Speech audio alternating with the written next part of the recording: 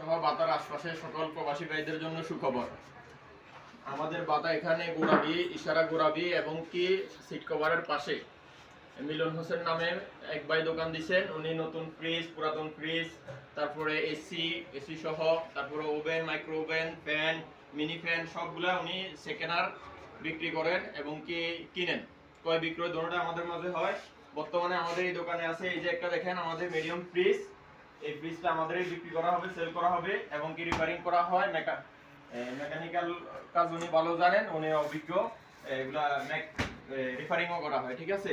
আর আমাদের ভিতরে এখানে আরেকটা ফ্রিজ আছে দেখেন, আরেকটু ছোট, এখানেও একটা ফ্রিজ আছে। তারপরে আমাদের এখানে আছে দেখেন একটা মাইক্রো ওভেন আছে, যেটা সেকেন্ড হ্যান্ড মাইক্রো ওভেন আছে। তারপরে সেকেন্ড হ্যান্ড হিটার আছে, তারপরে সেকেন্ড হ্যান্ড এসি আছে, আমাদের এখানে অনেকগুলো আছে।